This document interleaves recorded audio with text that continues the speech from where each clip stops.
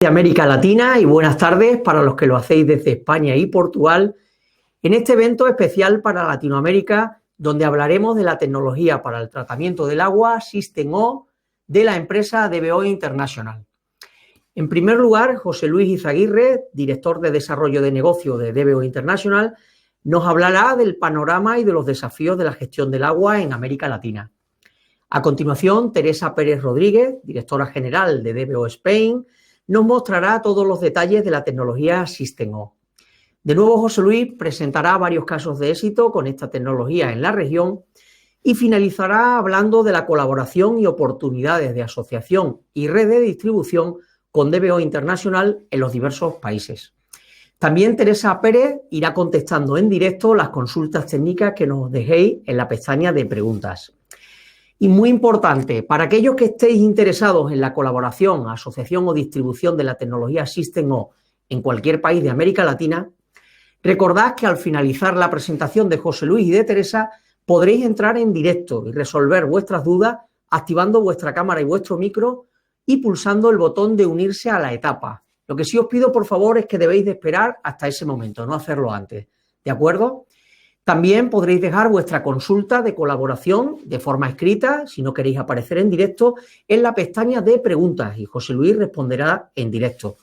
Recordad que la presentación de hoy la tenéis en la pestaña de App, en Compartir Medio, y mi compañera Tina estará coordinando el chat durante la jornada para todo lo que necesitéis, sobre todo para informaros de cómo conectar, de dónde tenéis que pulsar, etcétera. No os preocupéis.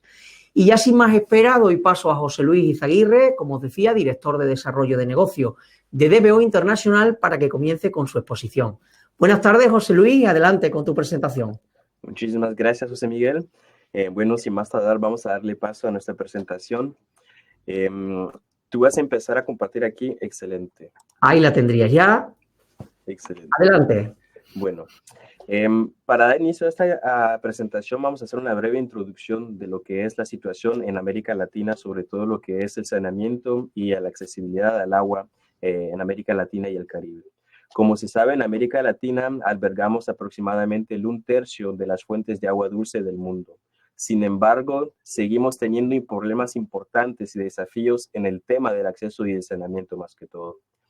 En América Latina y en el Caribe se estipula que el 25% de la población no tiene acceso a agua potable, mientras que el 66% carece de servicios de saneamiento seguros, lo que es una problemática mayor. Según el Consejo Mundial del Agua, son hasta 100 millones de personas en América Latina que no tienen acceso a instalaciones sanitarias, y si consideramos a las personas que dependen únicamente de letrinas o de fosas sépticas, pues esta cifra se eleva a 256 millones de personas. Las aguas residuales, por supuesto, no tratadas contaminan los acuíferos subterráneos, los ríos y los lagos, que son nuestros recursos de aguas en Latinoamérica. Son el 22% de los hogares en la región que no tienen acceso a un servicio básico de saneamiento. Por supuesto, para poder entender un poco la situación del estrés hídrico que se vive en Latinoamérica, hay que analizar un poco las causas medioambientales que causan este impacto. Entre estas tenemos un poco la deforestación. La deforestación, a menudo causada por la expansión de la agricultura, la ganadería y la urbanización, pues puede reducir la capacidad de los bosques para retener el agua y regular los ciclos de agua. Esto puede también dar lugar a una disminución de la cantidad de agua disponibles en las cuencas hidrográficas, y pues a menudo también podemos observar una degradación de los ecosistemas forestales, cuales pueden aumentar la erosión del suelo y la sedimentación, y pues de esta manera afecta la calidad del agua que tenemos en nuestros recursos. También de esto tenemos los cambios climáticos, lo que es el aumento del calor. El cambio climático está afectando más que todo los patrones de precipitaciones que tenemos en la región, lo que puede dar lugar a una sequía más intensa o incluso a inundaciones más frecuentes. Y pues por último también tenemos la presencia de eventos climáticos extremos, lo que son los huracanes, ciclones, eventos como que son el Niño y la Niña, y pues eventos climáticos extremos que pueden tener un impacto devastador en la infraestructura del agua más que todo, y causar inundaciones, deslizamiento de tierra y otros problemas pues relacionados directamente con el agua. ¿Esto a qué nos lleva? De manera general, el problema más importante que tenemos en Latinoamérica es el tema de las sequías, que nos azota muy fuertemente. En general, según el Banco Mundial, en las últimas 2 décadas en América Latina hemos experimentado 74 sequías que nos han causado más de 13.000 millones de dólares en daños. Para reflejar este tema, pues he tomado aquí el ejemplo de lo que se ha vivido en América Latina durante este último año, más que todo en Argentina. En Argentina, los impactos de la sequía son significativos. Son más del 90% de las pérdidas económicas en la producción agrícola que se deben a una variabilidad climática y especialmente pues a las sequías. Con todos los sectores relacionados con la agricultura, la pérdida total debido a la sequía se estima alrededor de 17.6 mil millones de euros, lo que representa alrededor del 3% del Producto Interior Bruto del país de Argentina para el año 2023. Pues este impacto en la economía, que depende en gran medida de su sector agrícola, a su vez conlleva una disminución de los ingresos fiscales, incluyendo los impuestos a la exportación de cereales, por ejemplo. Los problemas climáticos tienen impactos que causan desafíos importantes en el acceso del agua, sí, pero esto también se traduce en problemáticas en la sociedad, tanto en los sectores económicos, sociales, ambientales y políticos, por supuesto. Ahora, sin duda, pues también tenemos que tomar en cuenta los factores humanos que causan este estrés hídrico en América Latina. Este año se dijo que mayor parte de los problemas se deben a intervenciones humanas y deficiente gestión hídrica, más que todo en América Latina. Hubo un informe publicado en Chile en el cual se decía que el 17% de las causas del estrés hídrico son atribuables al cambio climático, pero mientras que el 83% se deben a acciones e intervenciones humanas directamente. Estas últimas en su gran mayoría se atribuyen más que todo a la deficiencia de la gestión hídrica. Uno de los ejemplos más importantes que vemos en el uso es el uso desproporcionado del agua en América Latina, con un énfasis a la agricultura y a las industrias más que todo. Y aunque tengamos una población en aumento importante, se nota que esto no se refleja directamente en la demanda y el consumo del agua para el uso humano directo. Un ejemplo que tenemos de esto es la situación que se vive en Chile, en Santiago más específicamente. Si la población de Santiago se ha triplicado en los 50 últimos años, el uso doméstico representa únicamente alrededor del 10% del agua consumida en Chile, mientras que la agricultura utiliza 70% y el 20% del resto del agua para industrias también. Algunos me dirán, por supuesto, que es normal que la mayoría del agua se utilice para estos propósitos, ¿no? Y por supuesto que les doy razón en este tema. Pero el problema reside más que todo en el hecho que se utilizan fuentes de aguas potables y de calidad para este tipo de uso, que no es el consumo directo del humano. ¿Esto qué nos conlleva? Pues a largo plazo nos ocasiona problemas mayores frente a la demanda de agua en crecimiento, lo que nos lleva a una sobreexplotación de los recursos hídricos. Uno de los ejemplos más pertinentes que tenemos de esta ocasión es la sobreexplotación de los acuíferos, como en países como México. En este mes de octubre de 2023, el 43% de los acuíferos del país registraban un déficit de líquido en México. Y esto pues directamente proviene de la incapacidad para responder a la demanda debido al crecimiento demográfico y a la expansión urbana también. De esta misma manera, pues todo esto nos lleva a un problema de escasez de agua importante, y estos problemas se reflejan hoy en día en grandes ciudades como Santiago, la Ciudad de México y por supuesto la ciudad de Lima en Perú.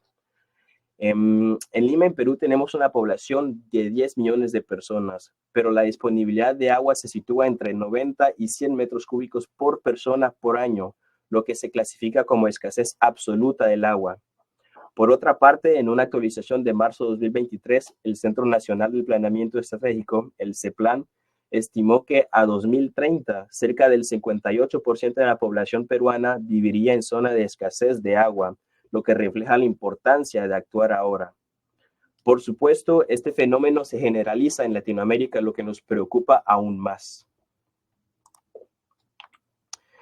También tenemos que tomar en consideración la causa de la contaminación de nuestras aguas que se vierten directamente en nuestros recursos hídricos. La contaminación de nuestras fuentes de agua, pues causada por el vertimiento directo de las aguas residuales domésticas, son un problema mayor en América Latina. Para reflejar este problema, pues podemos analizar la situación que se vive con las fuentes de aguas dulce importantes como lo que es el lago Titicaca. El lago Titicaca, ¿sabían ustedes que se vierten alrededor de 2.5 metros cúbicos de aguas residuales por segundo, producidas directamente de la población de Perú y de Bolivia? Esto, por supuesto, pues no solo impacta la disponibilidad y la calidad del agua que tenemos, pues, sino que también altera los ecosistemas. De hecho, muchas especies de peces ya han desaparecido para siempre en este ámbito. Por lo tanto, la Fundación Ambiental Internacional Global Nature Fund y la Red Mundial de los Lagos Living Lakes otorgaron este año, en 2023, al lago Titicaca el título de lago amenazado del año. Y pues, por supuesto, hay que considerar otras masas importantes de agua como lo que son el río Medellín de Colombia, la bahía de Guanábara en Brasil, el río Mantaza, Riachuelo en Argentina, que se ven también afectados por la contaminación industrial y humana a gran escala, pues lo que produce que nuestras fuentes de aguas contaminadas que no son seguras para el uso humano y consumo directamente. En otras palabras, ni el agua de los ríos ni el agua de los grifos son seguras para beber y para consumir directamente para los latinoamericanos, millones de latinoamericanos. Por supuesto, todo esto es debido a una falta de saneamiento que tenemos. Como sabemos, América Latina alberga 1/3 de las aguas dulces del mundo, y pues esto nos lleva a reflexionar sobre el problema actual y concluir que verdaderamente pues tal vez no se trata directamente de un estrés hídrico en todas las regiones, sino que se debe más que todo a una gestión ineficiente del agua, que es lo que causa esta falta de agua en nuestra población. Y es de esta manera pues que nos cuestionamos sobre el desafío que tenemos de brindar soluciones para una gestión sostenible del agua en América Latina. El agua se tiene que ver como un recurso limitado que debemos valorar en América Latina. E incluso el Banco Mundial promueve un cambio en la mirada que tenemos en el agua para darle una importancia a la idea que es un recurso limitado y de esta manera tenemos que protegerla, revalorizarla y ver cómo pues a largo plazo podemos tener una gestión sostenible del agua. Para garantizar un suministro sostenible para las generaciones futuras, pues debemos tomar medidas a partir de ahora. Esto implica educación sobre la importancia de conservar el agua, regulaciones efectivas y políticas de gestión que se traducen, entre otros, en la adoptación de tecnologías y prácticas mucho más eficientes. La mayoría del tiempo, cuando se habla de soluciones eficientes, pues pensamos en tecnologías de última generación basadas en procesos químicos, en tecnologías innovadoras como el tratamiento de ósmosis inversa, por ejemplo, procedimientos de coagulación o floculación, y pues muchas más que son implementadas de forma centralizada. Estas tecnologías son magníficas y forman parte de la solución, pero lamentablemente hay que entender que las soluciones centralizadas no se bastan por sí solas. El modelo actual del ciclo del agua urbana es principalmente un modelo lineal, donde las aguas residuales se descargan sin tratar en cuerpos de aguas naturales, mientras que se extrae agua dulce para uso no potable. El problema principal radica en el hecho que nos concentramos únicamente en el enfoque centralizado que prevalece en la creación de infraestructuras de suministro de agua. Y pues este enfoque hay que entender que evolucionó históricamente para proporcionar agua potable limpia y mantener condiciones de higiene en las ciudades de desarrollo a los principios del siglo XX. Sin embargo, este enfoque se adoptó sin tener en cuenta las necesidades futuras y ahora se considera como inadecuado para hacer frente a los desafíos actuales. Uno de los ejemplos más concretos que tenemos es cómo gestionamos las aguas residuales de las regiones alejadas en nuestros países. Pues en ciertos lugares pues simplemente no las gestionamos o tenemos que incluir costos adicionales que son el transporte de estas aguas a puntos centralizados y a veces sobrecargar las plantas de tratamiento actuales para abastecer el nivel de tratamiento que se necesita. Pues debido a la centralización en el sector de saneamiento, pues se presentan desafíos significativos, ya que los gobiernos de los países en desarrollo pues priorizan las infraestructuras visibles como lo que son el suministro del agua en vez de pensar en el saneamiento directo. En ocasiones, las plantas de saneamiento de aguas residuales se construyen sin una planificación adecuada para garantizar sostenibilidad y mantenimiento a largo plazo. Y pues simplemente hay que pensar que los sistemas de alcantarillado, por ejemplo, centralizados, pues son costosos de construir y más que todo implican un mantenimiento a largo plazo. Pues para esta medida, pues nosotros lo que proponemos es una solución para una gestión sostenible del agua, que es la descentralización. Y es por esto que es la necesidad de pasar de un enfoque centralizado a uno descentralizado. En el ciclo del agua urbana, pues presenta una solución simple y duradera.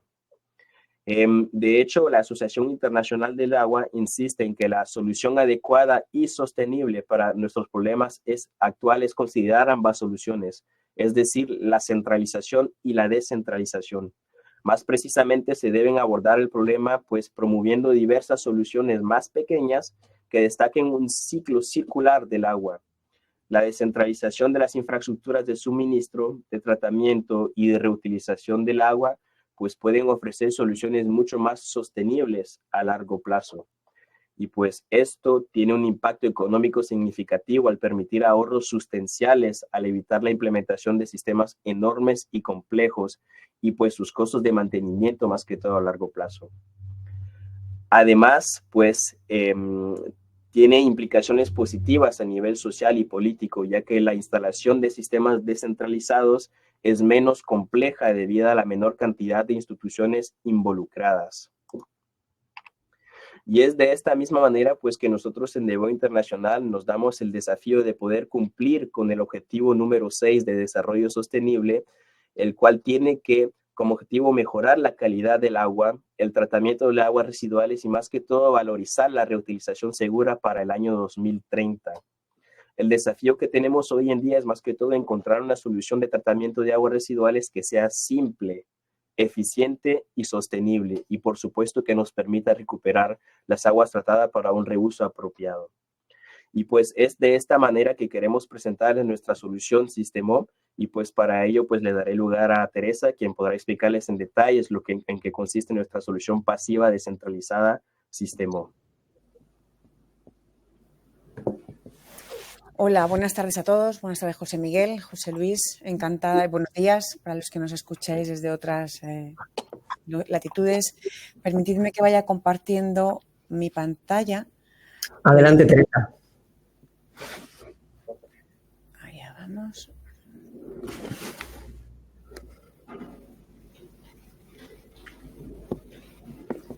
¿Se ve correctamente, José Miguel? Perfecto. Adelante, cuando quieras.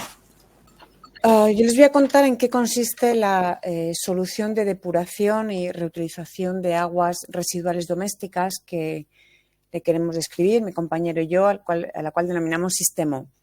Es un sistema de tratamiento, de depuración de aguas residuales e infiltración en el mismo sistema de las mismas ya depuradas en el substrato correspondiente o recolección de las mismas y reutilización.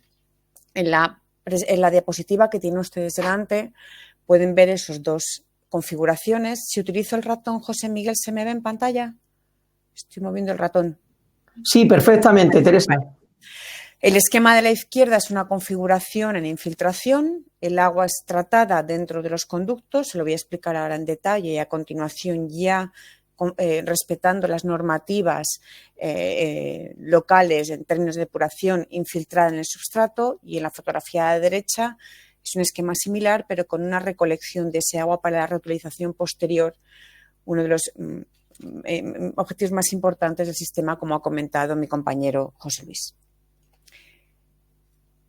Les voy a describir en qué consiste la solución. Y a continuación les pondré un pequeño vídeo de ni siquiera un minuto que complementa algo mejor todavía mis palabras.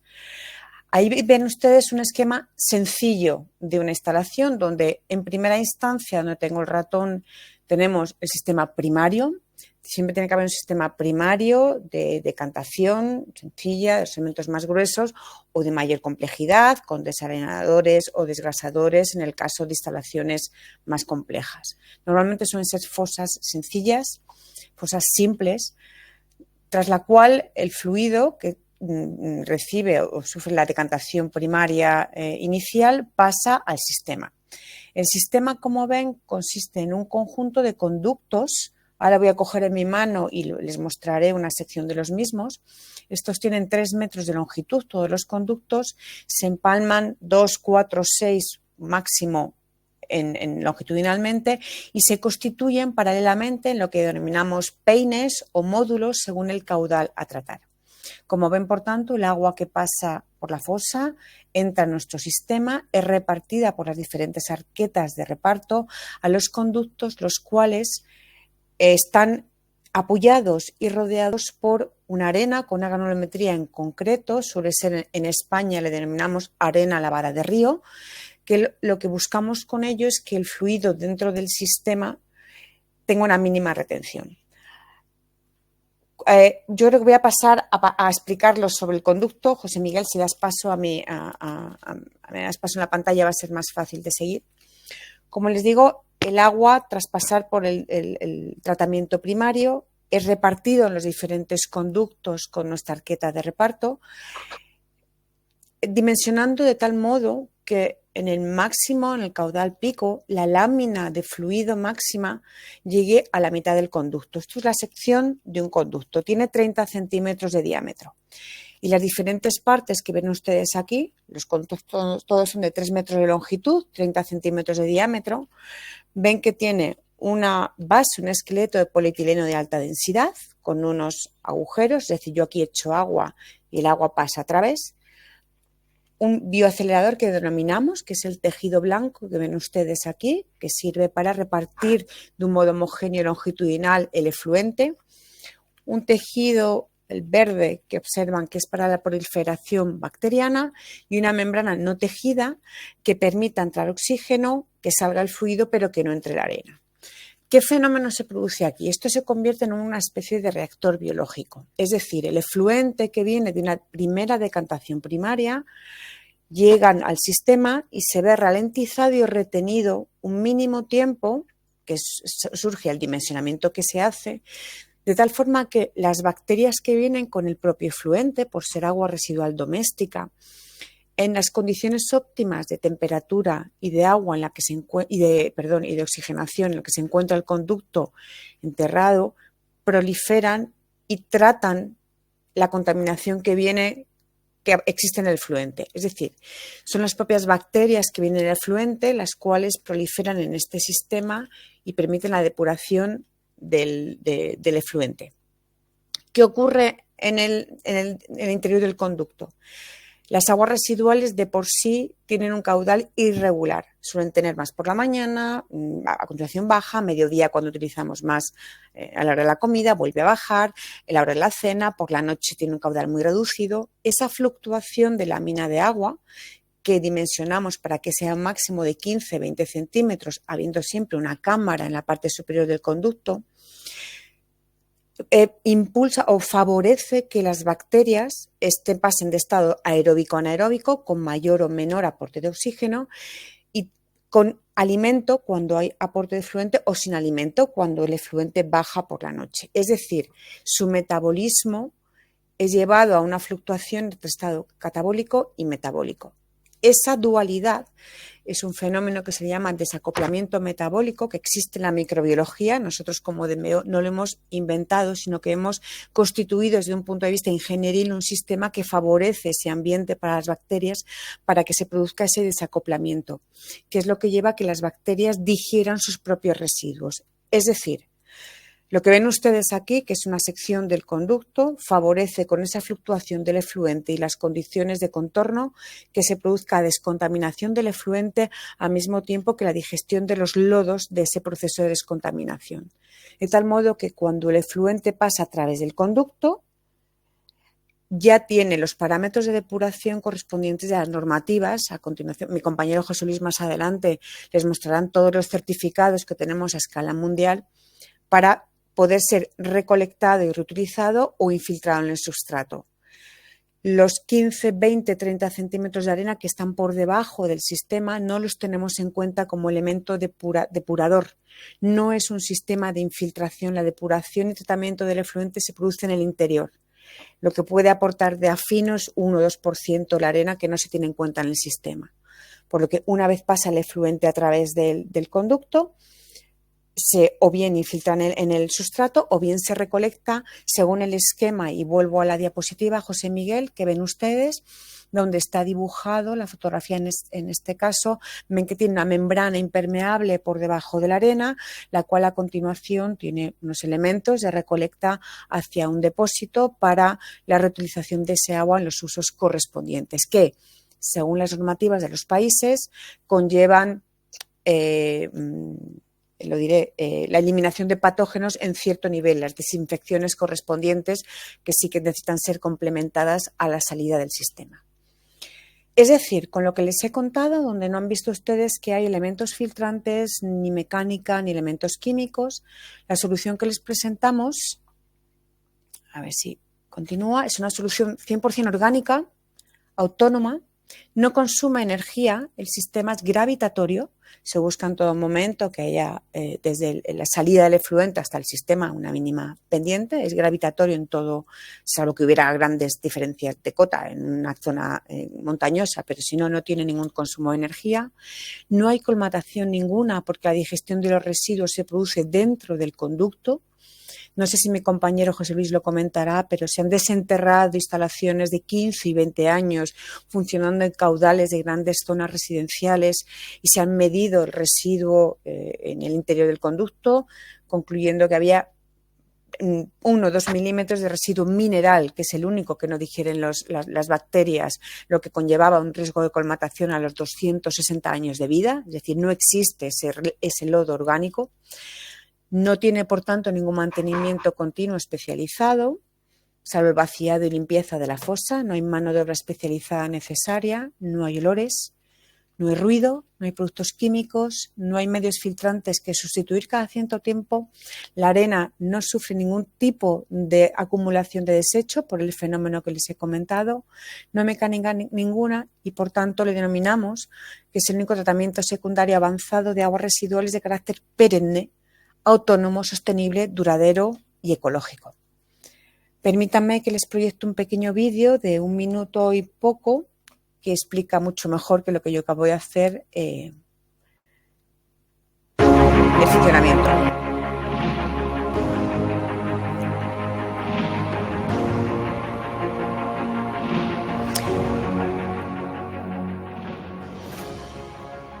En este caso ven que hay diversos módulos o peines, como he denominado, porque es un mayor caudal.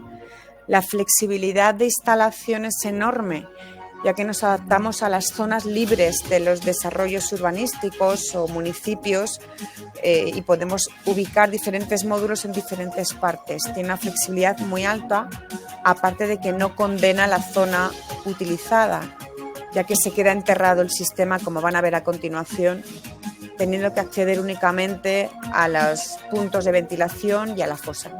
Lo van a ver ahora más claro.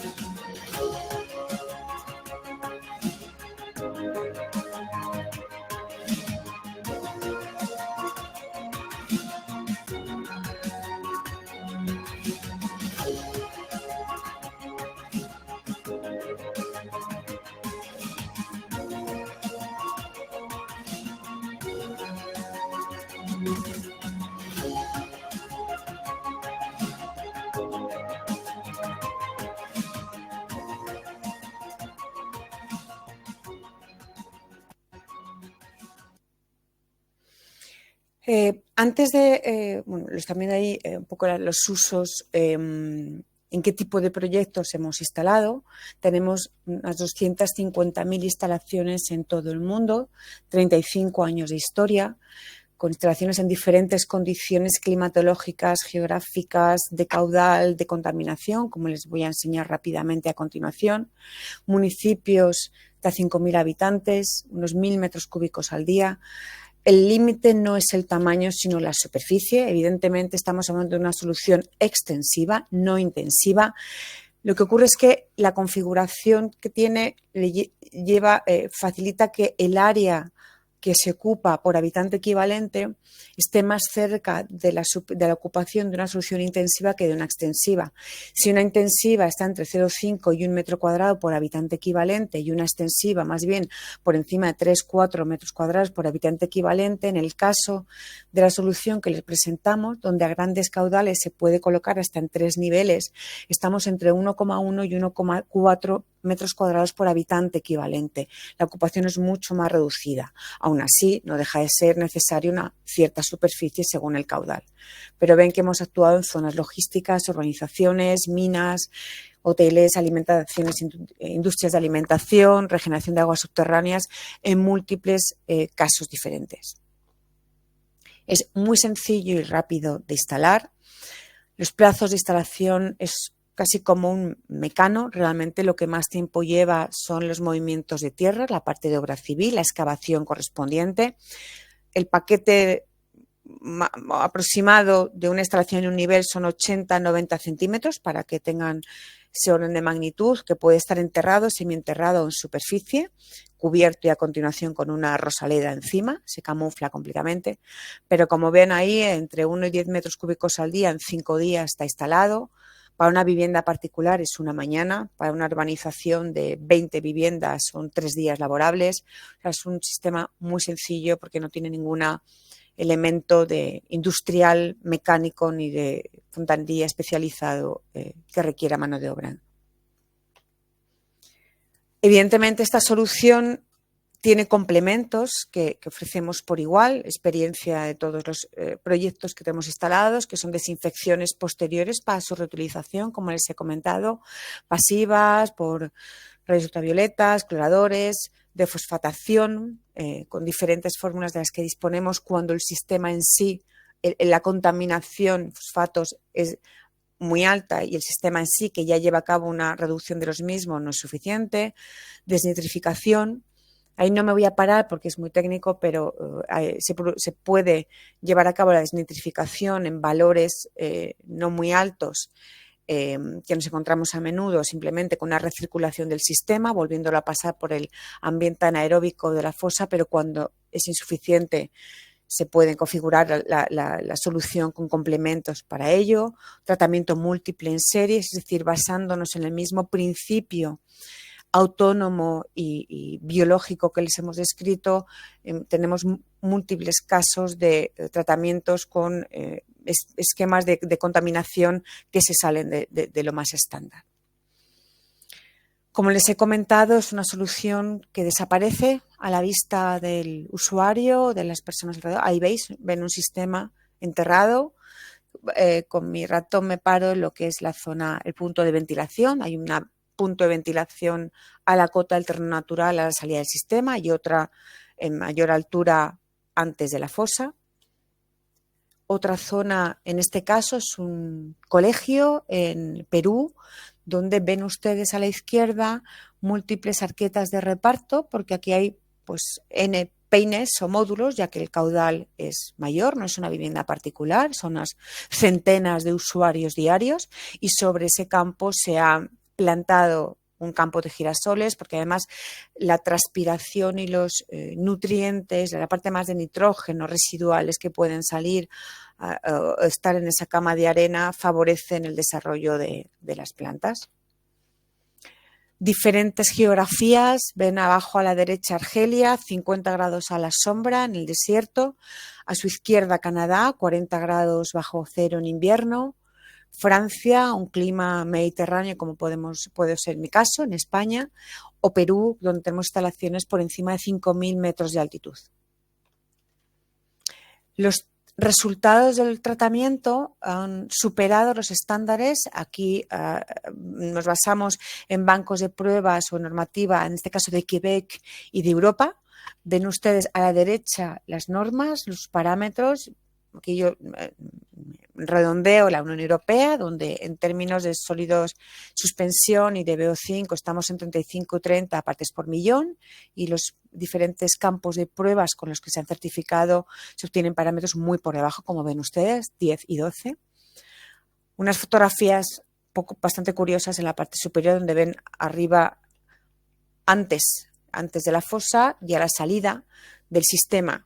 Todo esto con el sistema que les he descrito, sin ningún tipo de filtración, ultrafiltración, químico, ni ningún otro elemento más allá de lo que les he mostrado.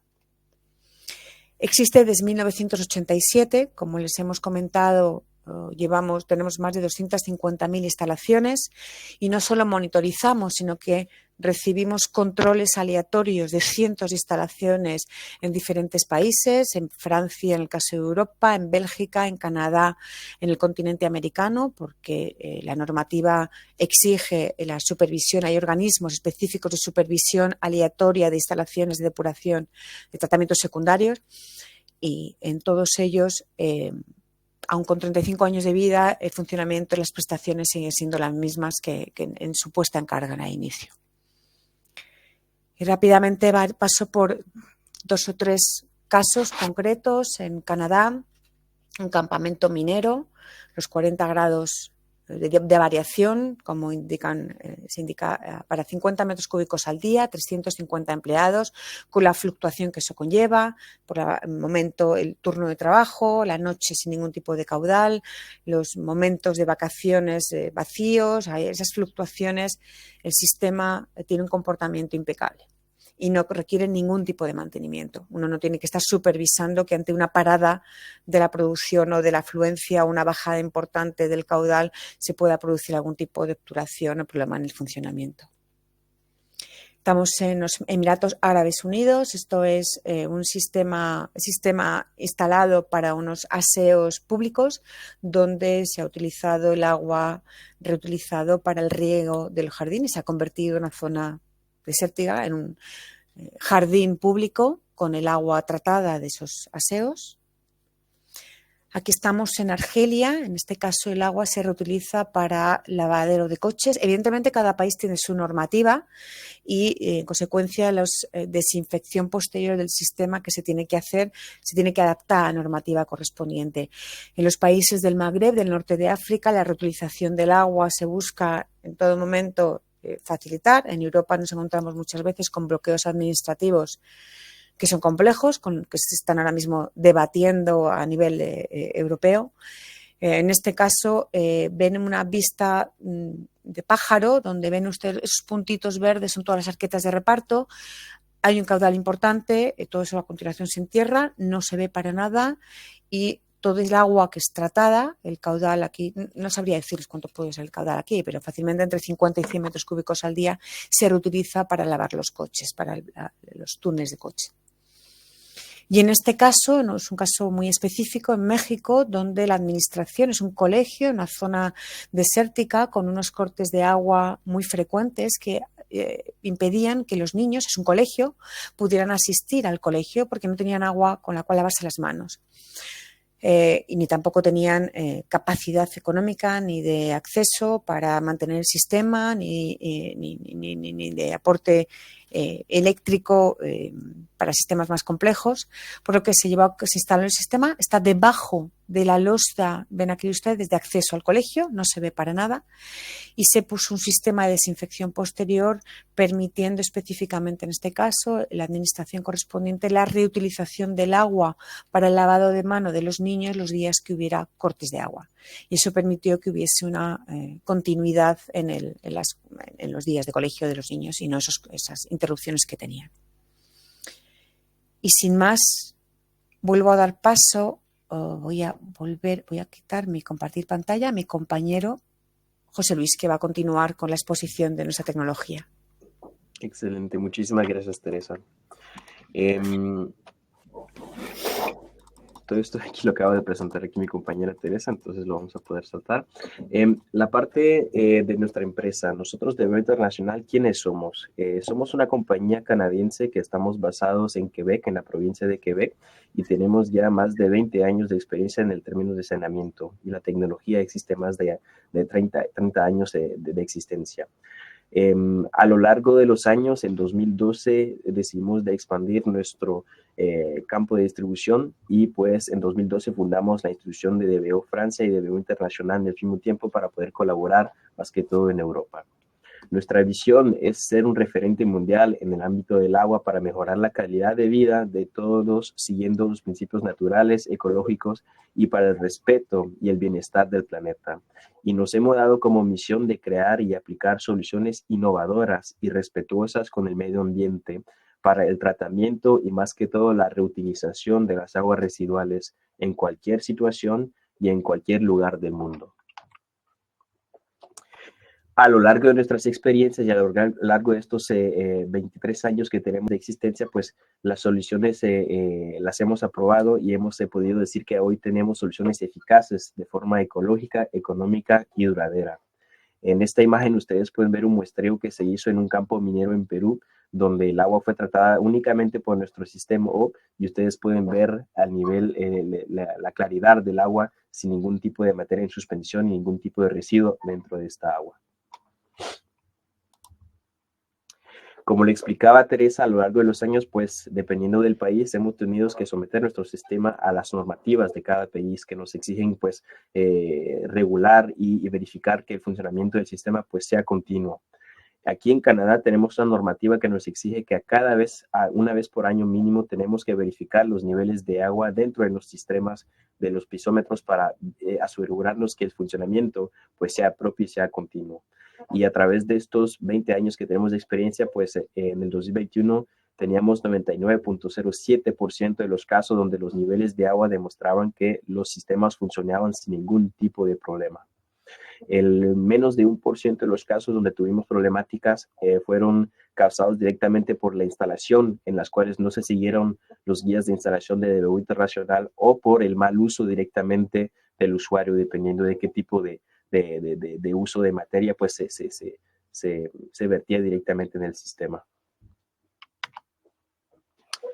Por supuesto, a lo largo de estos 20 años también hemos tenido la oportunidad de aprobar y certificar nuestras tecnologías por varias autoridades a través del mundo.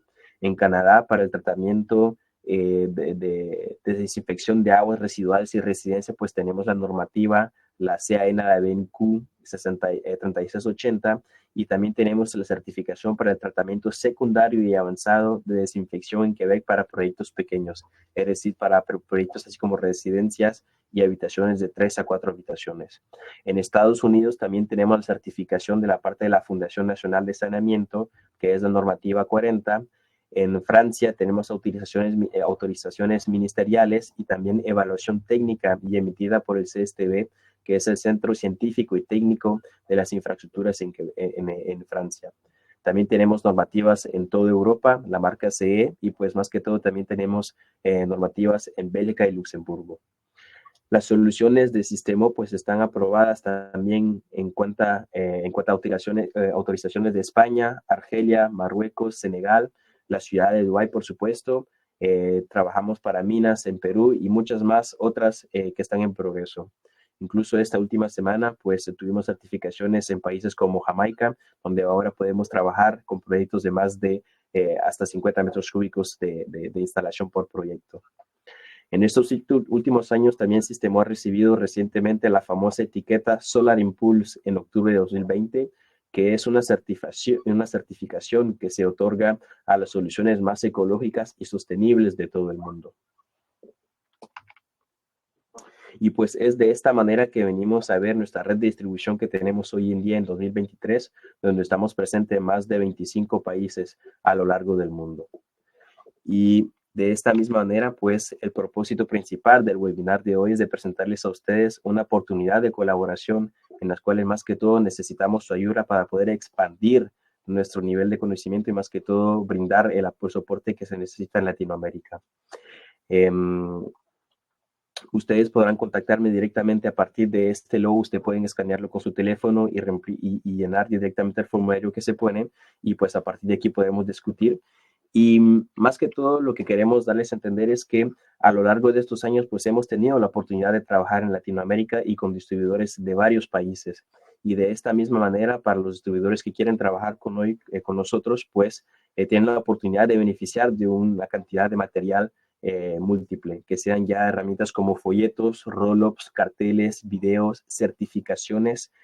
Ustedes hoy en día podrán beneficiar de una tecnología que ya ha probado su funcionamiento y su rendimiento a lo largo de estos últimos 20 años. También tendrán una documentación y formación técnica donde describimos muy específicamente cómo tenemos que usar la tecnología, qué tipo de guías se le pueden dar al usuario. Tenemos guías de diseño, de instalación, y pues más que todo les brindaremos también el soporte técnico personalizado para cada tipo de proyecto que ustedes puedan emprender. De esta misma manera, pues nuestros ingenieros colaborarán con ustedes para poder brindarles planos en AutoCAD, cualquier tipo de diseño y de concepción que se pueda hacer, y también brindaremos el apoyo cuando se hagan las primeras instalaciones en su país. Entonces, cuando pongamos en marcha los primeros proyectos pilotos.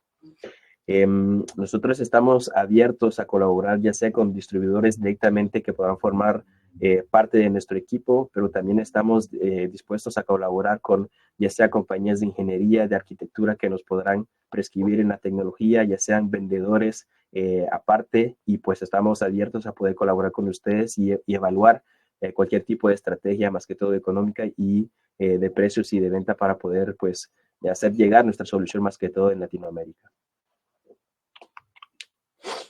Y es de esta misma manera que nosotros pues valorizamos más que todo la reutilización, lo que es el futuro para nosotros. Entonces, por favor, si tienen alguna pregunta, pues no duden en contactarme, en discutir en el chat con nosotros, y pues intercambiar con nosotros también para poder evaluar la posibilidad de colaborar con ustedes, ya sea en sus proyectos y eventualmente en Latinoamérica. Así que si tienen alguna pregunta, pues no duden, y les agradezco muchísimo de haber participado en este webinar hoy.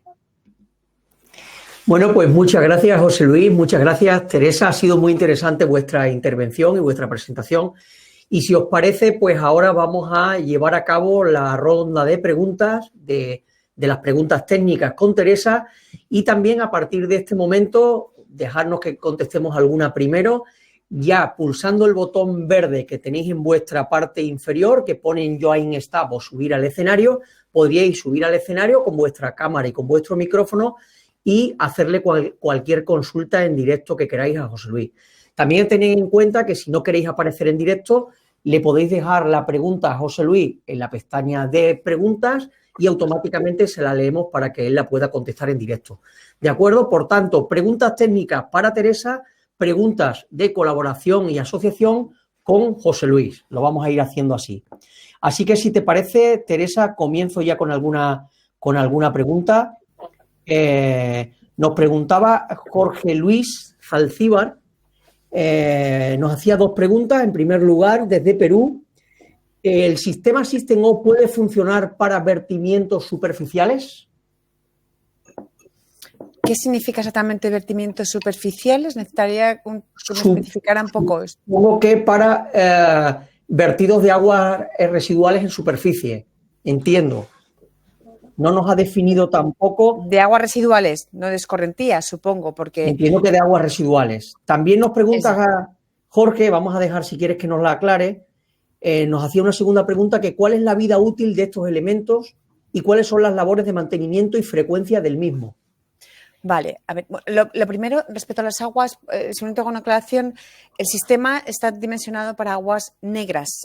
Necesitamos la parte bacteriológica que nos llega de los residuos, de la contaminación de aguas residuales. No es para aguas grises, no es para aguas de lluvia, no es para escorrentía, si la pregunta va por ahí. Si es aguas residuales en superficie, es cuestión de recolectarlas de alguna manera, llevar a cabo el tamizado correspondiente por todo lo que arrastre de superficie, y supongo que puede ser esa sí una pregunta. En lo que respecta a vida útil, la vida útil de los conductos en sí podríamos decir que es eterna, es polietileno de alta densidad enterrado, por lo que nosotros damos una garantía de 20 años porque las compañías aseguradoras no te dan más, no te dan una vida útil de una garantía de 100 años, pero la vida útil que tiene es por encima de 50 fácilmente, porque no hay ningún tipo de riesgo de comatación en la arena ni en todo el sustrato que rodea los conductos, y los conductos en sí, por los materiales que son y las condiciones atmosféricas en las que está y de temperatura, tienen una vida útil que requiere nula intervención. Perfecto. El mantenimiento, añado, el mantenimiento es el mantenimiento única exclusivamente del tratamiento primario. No es necesaria ninguna intervención en tratamiento secundario. Y el vaciado de la fosa depende de la instalación correspondiente. En una vivienda particular puede ser vaciado ese sólido cada 2-3 años o incluso más. Perfecto, gracias Teresa. Yo creo que queda contestado. No obstante, si alguna aclaración nos hace José Luis, se la contestamos también. Voy con José Luis. Nos están poniendo en el foro, José Luis, María Luisa Montes, ¿qué requisitos se necesitan para convertirse en distribuidor en Perú?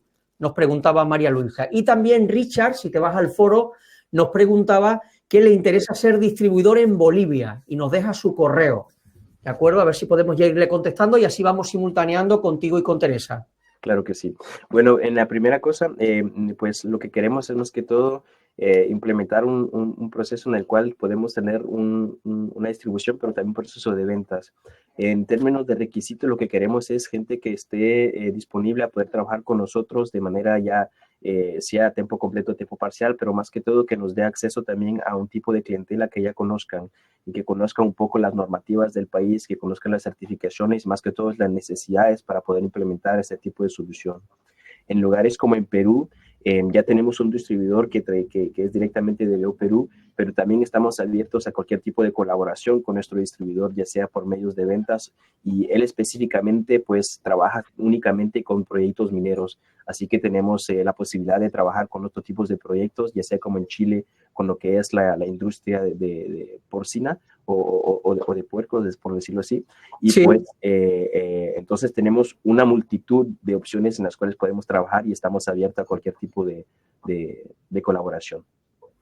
Perfecto, gracias José Luis. Seguiremos, no obstante, respondiendo los que nos vayan dejando en el foro. Y recordad también, como os decía, que si pulsáis el botón verde, subir al escenario, podéis subir y hablar directamente con José Luis, ¿de acuerdo? Si algunos animáis, lo vamos haciendo.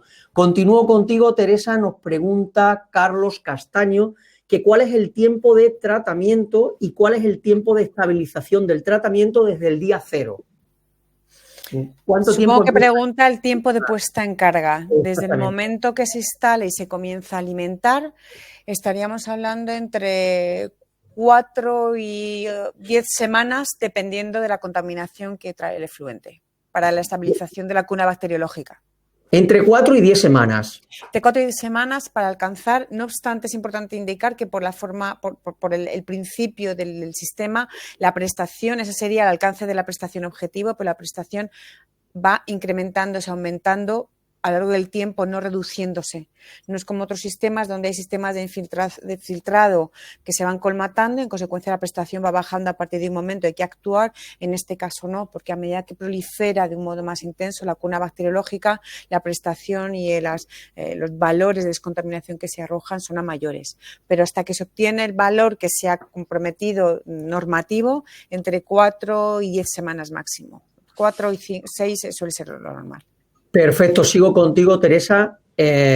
¿Cuál es la limitante de contaminantes y qué tipo de productos contaminantes no se pueden eliminar con esta tecnología? Pues principalmente los químicos, porque es un tratamiento biológico y en consecuencia si le arrojamos químicos a las bacterias nos las cargamos.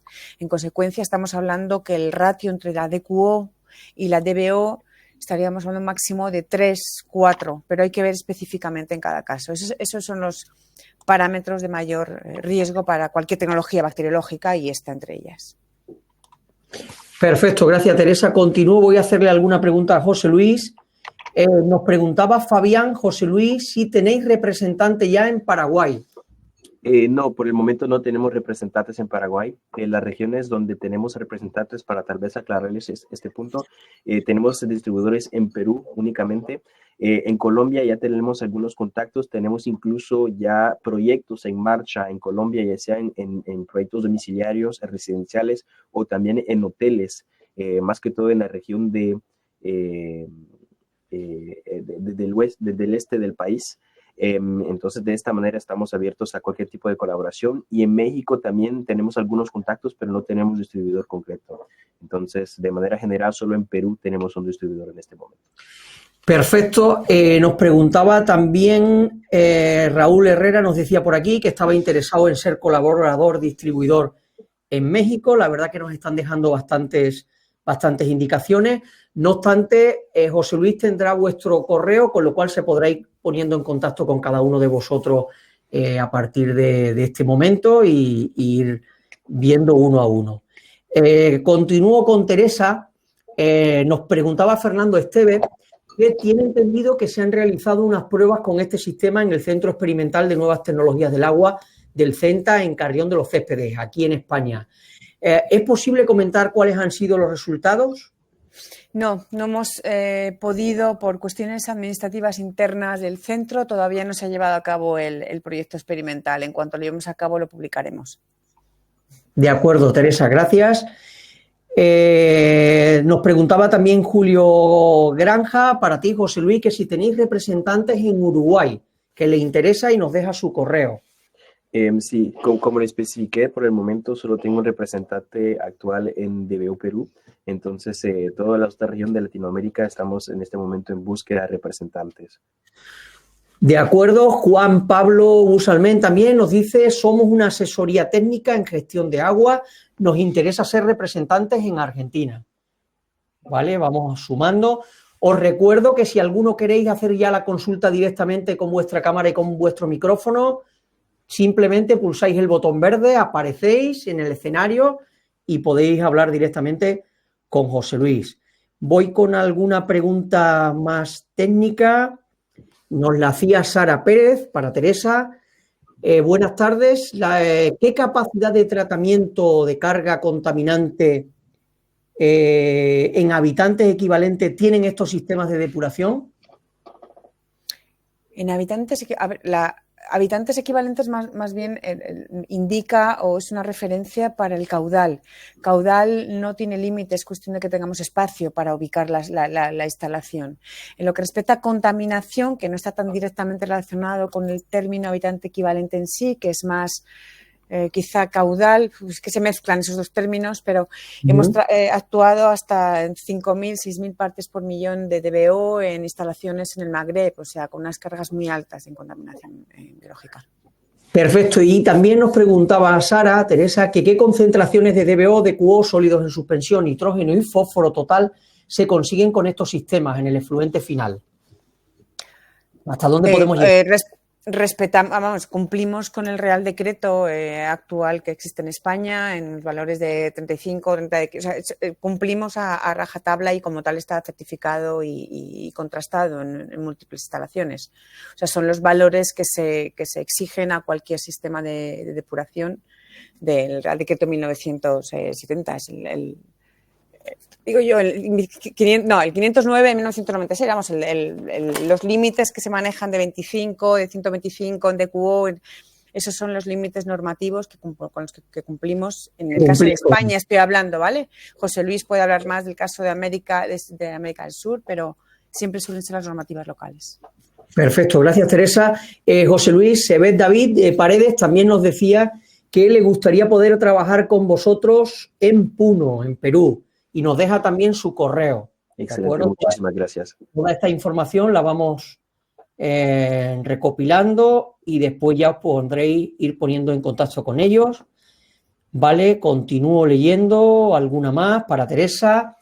De Carlos Castaño, ¿cuál es el máximo de humedad en el suelo o en el nivel freático? ¿A qué altura debe estar?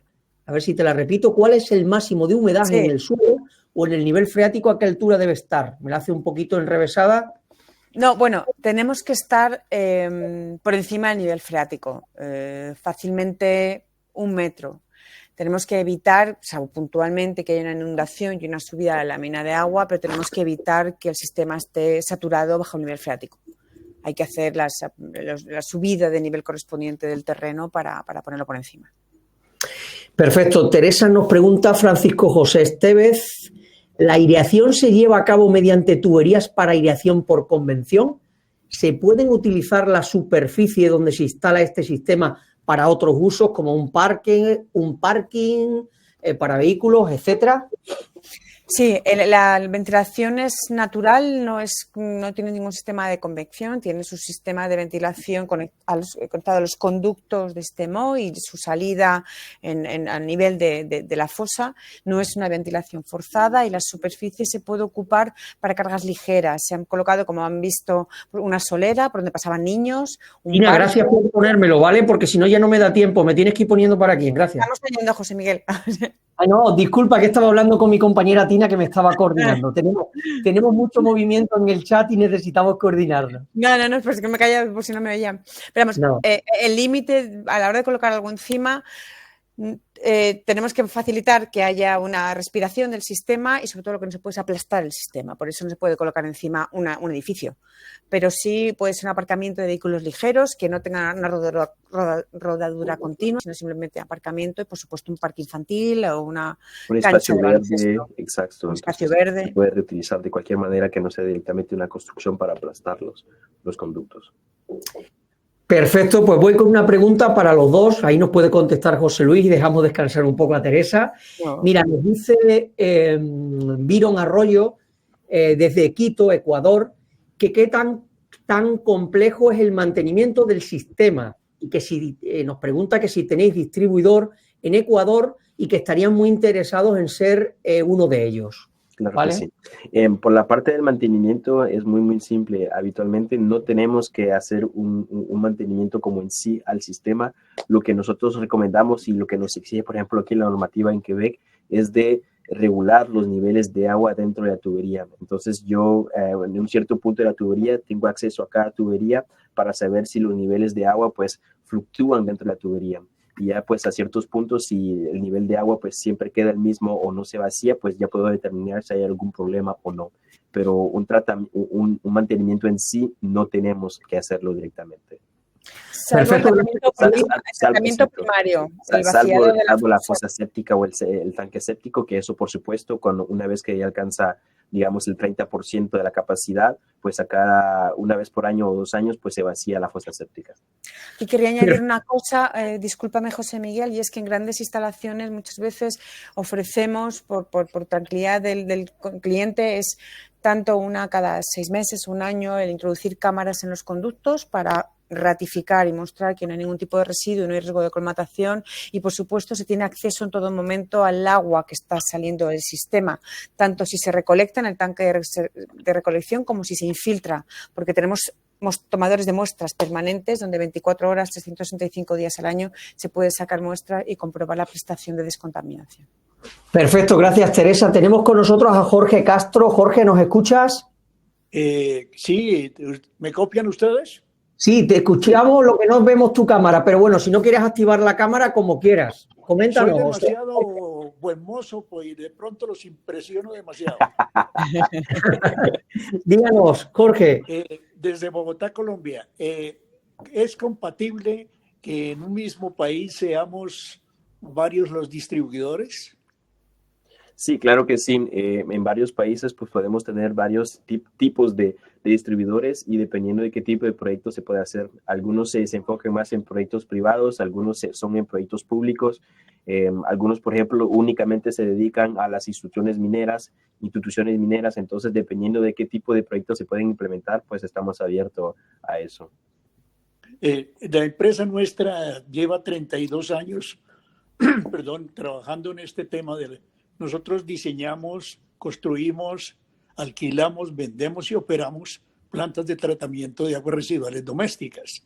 Entonces, la industria petrolera, por ejemplo, la ley en Colombia obliga a llevar junto con el taladro para perforar una planta portátil modular para tratamiento de aguas residuales que genera el grupo de trabajadores que están alrededor del taladro. Y entonces nos interesa mucho lo que vosotros estáis haciendo. ¿Cómo podemos reducir los costos de instalar este tipo de plantas de tratamiento de manera que sea asequible para todo tipo de personas y no simplemente para el que tiene el dinero para comprar una planta como la nuestra? Por supuesto. ¿Qué opinan? Pues me parece un proyecto muy interesante, podemos discutir más en detalles con eso, entonces le invito por favor a enviarme tal vez los detalles del proyecto ya sea por correo y de esta manera pues le puedo proponer una solución más interesante. Ya. Bueno, muchas gracias. Muchísimas Adelante gracias a con los usted. faroles. Adelante con los faroles. Claro, Pues muchas muchísimas gracias, Jorge. José Luis, anota por favor tú que la persona que ha entrado en directo ha sido Jorge Castro, ¿de acuerdo? Excelente. Para que también lo tengas ubicado.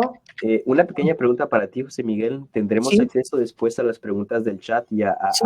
nombre de las personas que... Sí, Ok. Tendréis la trazabilidad total del evento. Tendréis por un lado todo lo que se ha puesto en el chat, todo lo que se ha puesto en las preguntas y los mails de las personas que lo han hecho. O sea que Excelente. todo eso. Lo que no tendremos es, no me aparece en ningún sitio la persona que aparece en directo. Por eso te he dicho que tomaras nota. No hay problema. Jorge, ¿está usted de nuevo por aquí? ¿Nos quiere comentar algo? Yo creo que se ha despistado entonces. Vamos a quitarlo. De acuerdo, Teresa, continúo contigo. Nos preguntaba Carlos que si se pueden montar sistemas temporales y cuál sería la relación CAPEX-OPEX. ¿Se pueden montar sistemas temporales? Sí. ¿Cuál es la relación CAPEX-OPEX? No sé decirlo porque, sinceramente, todos los que hemos instalado, al menos en España, son permanentes. Pero son sistemas que son perfectamente recuperables y se está planteando y se está trabajando. José Luis, no sé si me parece que también estaba haciendo en algunos países de América del Sur con campamentos para refugiados, hospitales de campaña. Lo que ocurre es que ese tipo de instalaciones suelen ir en contenedores. Entonces, se está trabajando con diferentes instituciones para ver cómo se pueden colocar en contenedores y llevar de un sitio a otro, más que montar y desmontar. En eso estamos y no sabría decir, no tengo un orden de magnitud para... No te preocupes, Teresa. De todas maneras, luego ya, como vas a tener las preguntas, si quieres ampliar algo, lo puedes hacer a posteriori. Richard Álvarez nos preguntaba, ¿los tiempos de retención celular son diferentes en un reactor aerobio que en un reactor anaerobio? ¿Cómo se garantiza que en un mismo conducto o recipiente, que en este caso es una tubería, estos tiempos se equilibren y no sean eficientes en ambos reactores o en ambos casos? A ver, porque en términos microbiológicos tenemos un compañero que sabe bastante más que nosotros, pero el fenómeno que se produce, el dimensionamiento que se lleva a cabo, facilita en todo momento que exista esa cámara de aire, que no se produzca un llenado absoluto del sistema, de tal forma que las bacterias no estén anegadas y en estado anaeróbico, sino que en todo momento hay un conjunto de bacterias en estado anaeróbico y otras en estado aeróbico. Y además la fluctuación de un agua residual es primordial para favorecer ese fenómeno que es el desacoplamiento metabólico. Entonces, lo que realmente favorece la descontaminación y la digestión de los propios residuos es el fenómeno de desacoplamiento metabólico, que ahí yo invito y cogeré el apunte de la persona que me está preguntando. Le puedo enviar algunos artículos que existen en la biografía de el científico que demostró que un sistema de depuración, si mantiene el efluente en un 45-50% en estado aeróbico y el resto en estado anaerobio, permite la descontaminación con la propia digestión de los lodos. Entonces, sin entrar más en la fase microbiológica, que se me escapa a mí como ingeniera más civil, sí que puedo hacerle llegar esos documentos que...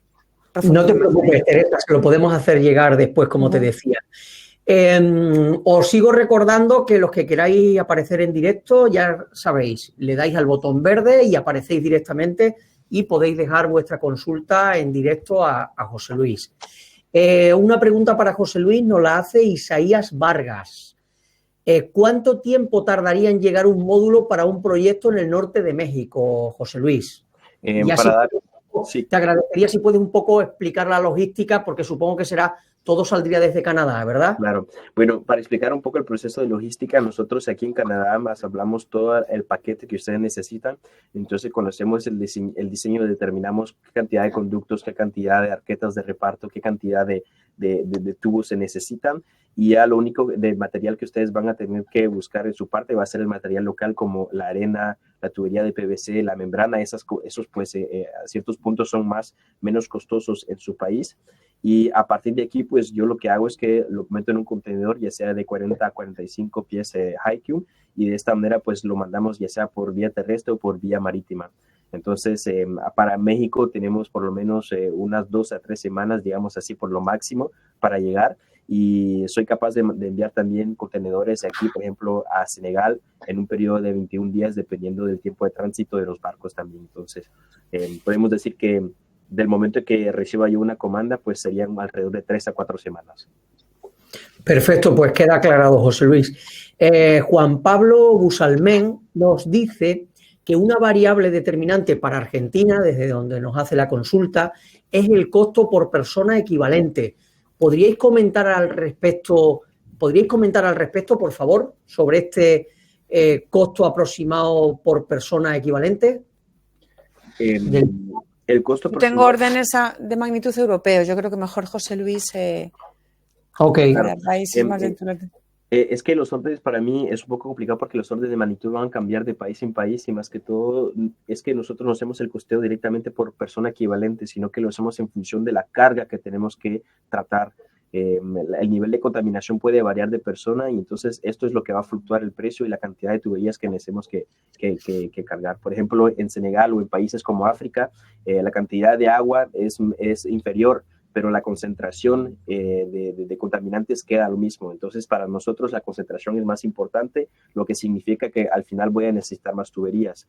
En procesos así como en Canadá, pues la cantidad de agua es mucho más importante conforme a los contaminantes que tenemos, lo que significa que ocupo menos tubería. Entonces, dependiendo de qué tipo de proyecto, pues yo puedo determinar así una estimación y dar un precio para cada proyecto. Perfecto. No obstante, José Luis, como tienes sus datos, pues luego ya le puedes mandar algo más preciso. Teresa, nos pregunta Nicole Jara que te pregunta a ti que si habéis tenido casos que el ducto, entiendo que es la tubería, se obstruya. ¿Cómo se puede prever que el sistema se ha impermeabilizado por grasas, por ejemplo? Vale. Vamos a ver, hay que colocar los sistemas, todo lo que desalinadores, degrasadores y evitar, evidentemente, un buen pretratamiento, el producto, por supuesto, eso es vital en cualquier tratamiento secundario de cualquier tecnología. No obstante, si ocurre cualquier evento no controlable, porque no podemos controlar todo, y puede ser grasas o puede ser que alguien pinta un hotel y de pronto el resto de pinturas se echa a través de los inodoros y arrasa con químicos. Tenemos acceso a cada uno de los conductos a través del piezómetro individual de cada alineación, por lo que como el polietileno de alta densidad y los materiales no se ven afectados, son eternos por cualquier agresión como la que nombramos, cuando ha ocurrido eso hemos parado puntualmente el sistema, metemos agua a presión por el punto del piezómetro de cada alineación, se lava el sistema y se vuelve a poner en carga y arranca desde cero, sin tener que hacer ningún tipo de desmantelamiento del mismo. Perfecto. Y una pregunta que nos hacía Juan Pablo Busalmén es que si usáis sifones para pulsar el vuelco. Y ahora ya vamos con Felipe Parraguet, que nos está esperando. Teresa. No entiendo muy bien la pregunta. Quizás son los términos más bien que no sé de dónde, me parece que de Argentina, ¿no? No entiendo muy bien la pregunta. O tú, José Luis, no sé si le puedes contestar que si usáis sifones para que no vuelva, para que no haya retorno del efluente, supongo. Entiendo que puede ser por ahí, claro. Son sistemas gravitatorios donde realmente no estamos en ningún momento, los sifones es más bien en la parte de las fosas, ¿no? En el tratamiento primario, pero en el sistema en sí no hay ningún tipo de sifón. No obstante, le vamos a pedir a Juan Pablo que nos lo aclare en el chat y así podemos ver el tema. Okay. Felipe, buenas tardes, adelante, ¿puedes activar tu micrófono? Sí, está activo, ¿se escucha? Perfecto, pues háganos la consulta. Tiene a José Luis delante. Gusto en saludarlos a todos. Tengo una consulta, bueno, para el que mejor la pueda responder en realidad. Yo soy chileno y acá la normativa chilena es solo de uso de las cosas mecanos en este tipo de implementación de las aguas grises no son permitidas. El único que tiene la atribución para poder desarrollar un tipo de tecnología y diseñarla es un ingeniero civil. Por ende, mi pregunta va con respecto a eso, a la estrategia de negocio, porque evidentemente no puedo que me envíen algo hacia acá y yo instalarlo, eso no está permitido en la norma chilena. Entonces, ¿qué estrategias nuevas de negocio? Como nosotros somos, bueno, yo pertenezco a una nueva empresa que estamos configurando con amigos, ingenieros, entonces estamos muy interesados en este tipo de temas. pero hay que acotar las cosas a las normas. Con respecto a la anterior, también a la propia tecnología, hay cosas que tampoco son permitidas, como por ejemplo que solo sea por decantación el tema del agua. Me refiero acá en Chile solo es permitido con bombas. Y hay una serie de elementos técnicos que entiendo que hay que... Y a eso va abocada mi pregunta. ¿Cuáles son sus estrategias de negocio? ¿Qué nos pueden ofrecer, en este caso nosotros, que no podemos recibir tecnología mecánica? Bueno, para este tipo de consulta, normalmente lo que hacemos es que también trabajamos con unas consultorías de ingeniería, pues dependiendo del tipo de país y más que todo dependiendo de qué tipo de proyecto se puede hacer. Siempre estoy yo en contacto también con la delegación de la Embajada de Canadá, quienes ellos me orientan a consultorías o ya directamente compañías que me pueden ayudar a aplicar este tipo de tecnología. Y conforme al proceso de bombeo, pues nuestra tecnología, por supuesto que es gravitatoria, pero en todo caso se puede aplicar también un proceso de bombeo en la tecnología. Entonces, dependiendo de la regulación y la normativa, pues se pueden aplicar estos procesos dependiendo del proyecto, por supuesto. Añado aquí en la parte técnica, disculpe Felipe, que la parte de decantación es única y exclusivamente en el tratamiento primario. Exacto. Que es complemento previo, como exigencia en cualquier tratamiento de depuración secundario. Es decir, el tratamiento sistema es el tratamiento secundario, donde se produce la descontaminación con un proceso biológico del efluente. Pero la decantación es previa, es el tratamiento primario. No es independiente en sí, sino que es una fase previa necesaria para a continuación descontaminar correctamente las aguas en el sistema. De acuerdo, ¿queda aclarada, Felipe? Sí, claro, o sea, hay mucho que conversar, pero sí, muchas gracias por la respuesta, Uri. Por supuesto. Gracias. De acuerdo, gracias, un saludo. Teresa, sigo contigo, nos la hace Gino Palpa, que nos dice que hasta qué altura pueden estar llenas la sección de las tuberías para que el sistema sea eficiente.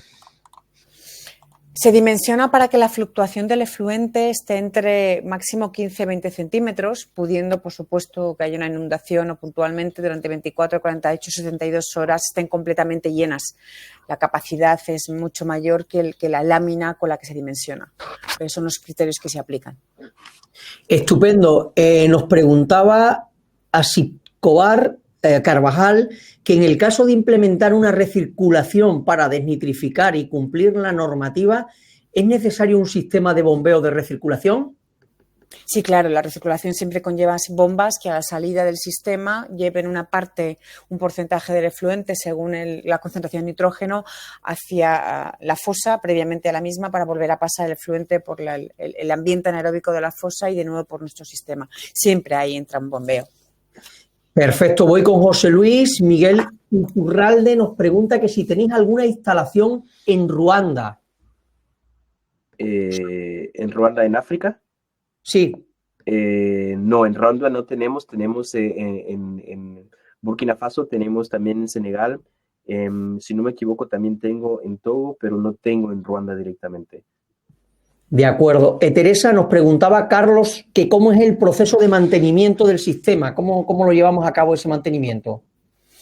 Mantenimiento no requiere mantenimiento en nuestro sistema en sí, simplemente el tratamiento primario, la fosa o los desarnadores o tamices, si el efluente tiene una carga importante, es el único que requiere un mantenimiento de vaciado cada cierto tiempo, pero el sistema en sí no requiere mantenimiento. Perfecto, además os agradezco bastante que vayamos rápido para que así podamos ir quitando ahí un montón de preguntas. René Rodríguez nos dice que si tenéis algún tipo de ratio aproximado de superficie necesaria respecto al caudal tratado. Superficie respecto a caudal. Vale, me hablo de Europa, ¿de acuerdo? Sí. Se utiliza mucho el ratio de ocupación respecto a habitante equivalente y habitante equivalente en Europa, en España y en general en toda Europa son 150 litros por día por habitante, más o menos es una magnitud.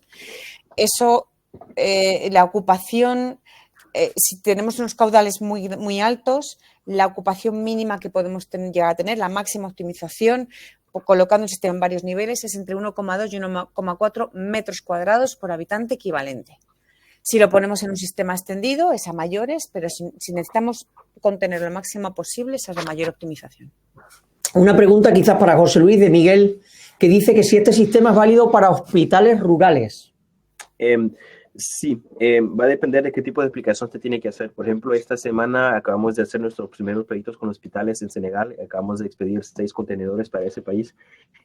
Hay que separar las aguas que mantienen que tienen químicos o que tienen más bien medicamentos, porque hay cierto tipo de medicamentos que va a venir a afectar nuestro nivel de bacteria. Entonces, dependiendo de qué tipo de tratamiento se quiera hacer, pues se separan ese tipo de agua y pues sí se puede hacer. Perfecto, gracias José Luis. Teresa, nos pregunta Raúl Herrera que cuáles son los tiempos de residencia, si le podemos decir algo. ¿Tiempos de residencia? Sí, Es decir, del agua en el sistema, entiendo. Son horas. Realmente el tiempo de la fluctuación del efluente, la descontaminación y el paso hacia la cama, las arenas, estamos hablando de entre 6, 8, 12, 24 horas máximo. Es cuestión es una fluctuación bastante rápida. Jorge Chunga nos dice que para localidades que están cerca al mar, o sea que el agua residual tiene una alta carga de cloruros, ¿es posible usar este sistema? Ahí estamos testando nuestro sistema. Hemos llegado a tratar hasta 1.400, 1.500 partes por millón de concentración de cloruros, sobre todo en los campamentos de la zona del Magreb, en Argelia, donde tienen aguas salinas con las que lavan tanques, donde tienen almacenan productos de todo tipo, entre ellos hidrocarburos. Se están testando la limitación y por ahora estamos en esas concentraciones. Es un elemento a tener en cuenta y vamos testando hasta dónde llega el sistema. Perfecto. Una pregunta muy interesante de Fernando Esteves, Teresa, o para José Luis. A muy elevada altitud, superior a los 4.000 metros, la mayor cantidad de oxígeno disponible en el aire obliga a tener una mayor longitud en los reactores. ¿Habría que sobredimensionarlos o no? Nuestro compañero de Perú, corrígeme si me equivoco, José Luis, ha llegado a 5.300 metros de altitud, pero ahora mismo tendríamos que preguntarle hasta qué punto ha tenido en cuenta lo que está preguntando Fernando, que es una excelente pregunta para la longitud. No lo sé, José Luis, si tienes contestación. Yo he discutido un poco con él y dependiendo del tipo de proyecto, no sabré decirle exactamente qué cantidad de tubería se utilizó. Yo sé que los propósitos que él hace no se requerían añadir una cantidad mayor de tubería por la simple razón que teníamos ciclos de utilización. Los campos mineros no estaban abiertos a tiempo completo, lo que nos permitía a un cierto periodo pues, de reinicializar el sistema. Entonces, de esta manera, pues, de generar. Entonces, tendríamos que añadir un poco más sobre este tipo de aplicación. Perfecto, voy con otra pregunta que tenía aquí. Vale, Jorge Luis Zalcíbar nos dice que trabaja en una institución estatal que se dedica a atender soluciones de abastecimiento de agua y disposición sanitaria segura de efluentes de aguas residuales domésticas y le encantaría tener más información técnica para poder ver la posibilidad de incluirlo dentro de sus proyectos. No nos dice de qué país es, pero no obstante, como tomamos nota, ya os podréis poner en contacto con él. Excelente. Isaías Vargas nos dice, se mencionó que el sistema es apto para tratar aguas negras. ¿Cómo se comporta con aguas grises domésticas, con detergentes, lejías, etcétera? Si aguas grises hablamos de las aguas pluviales, al menos en Europa las grises no son tanto las aguas de los inodoros, sino nada más las aguas puede ser de la ducha o de un lavabo pluviales, no nos falta la carga orgánica bacteriológica de los inodoros. Entonces necesitamos que sean aguas negras, no grises, no podemos tratar solamente aguas de ducha. Claro. Y lo que respecta a detergentes, hay que ver el ratio entre DQO y DBO, pero en un agua doméstica nunca supera el ratio que nos impediría tratarlo. Por aquí Isaías desde México nos preguntaba por el tema de la logística y nos decía que cuánto pesa cada tubo de 3 metros, que supongo que le preocupaba por la logística, José Luis. 7 kilos, ¿no? Son 7 kilos, se coge muy fácilmente, perdona que me he adelantado. Pues eso ha facilitado, hago un inciso, la instalación muchas veces en zonas de difícil acceso, donde, por ejemplo, llevar a cabo una depuradora compacta, un elemento que pese 500 kilos, no puede entrar ni siquiera un camión pluma. Y muchas veces instalado en zonas montañosas porque se lo coge una operaria. Perfecto. Antes de ir con Evet David, que nos está esperando ya en el directo, comentaros que nos preguntaba Jesús Morales que si tenéis distribuidor en Túnez, que a él le podría interesar, José Luis. No tenemos distribuidores en Túnez, pero estamos abiertos también a colaborar ahí. Perfecto. Y también Ricardo Medina nos decía que le interesaría ser representante gubernamental en México. con lo cual también tomamos nota. David, vemos que estás por aquí, adelante, cuando quieras. Evet, ¿sí? Bueno, aló, José, muchas gracias. José Luis, Teresa, muchas gracias. Bueno, yo les hablo desde Perú, Puno. Justamente tocaron el tema del lago Titicaca. Yo trabajo mucho tiempo, bueno, como docente y también tengo una pequeña empresa en el tema de tratamiento de agua y tenía una duda. Acá en Puno trabajamos más o menos, bueno, la altura promedio acá en altura es 3.800 metros y el otro factor es el tema de la temperatura. Tenemos temperaturas muy bajas y quería consultarles ese tema. Siendo un tratamiento bacteriano, ¿tendríamos algunos problemas con el tema de la funcionalidad o la eficiencia del sistema de tratamiento a estas condiciones? Y mi otra pregunta sería, comentaron de que eso también podemos aplicar al tema de tratamiento de aguas de mina, ¿no? ¿Qué parámetros podemos tratar en el caso de aguas de mina con estos sistemas de tratamiento? Esas dos dudas, por favor. Gracias. Gracias a ustedes. Para contestar, bueno, en Perú ya tenemos proyectos, como explicamos, a más de 5.000 metros de altitud con campamentos mineros donde no tuvimos ningún tipo de problema con esta falta de oxígeno y más que todo con temperaturas. Para dar un ejemplo, como explicó Teresa, en Canadá tenemos temperaturas que van a menos 40 grados Celsius en invierno y no tenemos ningún problema de congelación, por decirlo así, en la tubería. Y en Algeria tenemos el extremo donde tenemos 50 grados Celsius de vez en cuando durante el verano y con estas calores pues no tenemos ningún tipo de problema también con el nivel de tratamiento. Incluso tal vez le podría invitar a venir a visitar algunas instalaciones que tenemos en Perú, en algunos campamentos mineros, entonces de esta manera usted lo puede presenciar por usted mismo. Y también conforme a las cargas que podemos tratar, pues hay que considerar que son aguas residuales más que todo. No puedo tratar ningún tipo de químico, ningún tipo de metal pesado, tiene que ser agua directamente de los trabajadores de los campamentos mineros que provienen de las letrinas, los baños y cosas así. ¿Queda contestada, David? Evet. Sí, muchas gracias, José Luis, Teresa. Sí, más bien me gustaría, bueno, a mí me interesa el tema, me pareció muy interesante el sistema. Entonces, bueno, dejé en el chat mi correo, pero también no sé si nos podrían decir acá en Perú en qué lugares tienen para poder, no sé si poder visitarlo, si habría la oportunidad de poder visitarlos acá y ver de cerca, ¿no? Por supuesto, por supuesto. Entonces yo le podría enviar la ubicación de algunas instalaciones por correo. Listo, muchas gracias, José Luis. Gracias, Teresa. Gracias, José. David, buenas tardes, gracias. Teresa, continúo contigo. Nos preguntaba Juan Pablo que en una de las fotografías se veía un relleno negro. ¿Usáis solamente arena o habéis ensayado con otros rellenos? Teresa. No tiene que ser arena, en España en particular he hablado yo de la arena limpia de río, tiene que ser un material granulométrico, con una granulometría específica, con una que lo suministramos. En España suele ser la arena lavada de río, pero también hemos utilizado balasto machacado, que quizá, yo ahora mismo no sé qué fotografía es, quizá podía ser eso. O sea, nos adaptamos a lo que tenemos en el lugar. Hay muchas veces en islas hay que partir de material rocoso que ha sido machacado, claro, porque no existe la arena de río, porque no de ríos. Entonces, en eso nos adaptamos a material granular que hay localmente. Perfecto, queda contestada. Nos dice Miguel, nos preguntaba también Miguel, que si habéis evaluado el impacto del hipoclorito usado como ayuda de limpieza. ¿Se conoce el impacto? Como desinfección posterior. Supongo que es eso. Sí. Como desinfección posterior, pues el hipoclorito para neutralizar diferentes elementos patógenos y han sido utilizados. Yo creo que hay muchos sistemas de desinfección que se han utilizado y el hipoclorito entre ellos.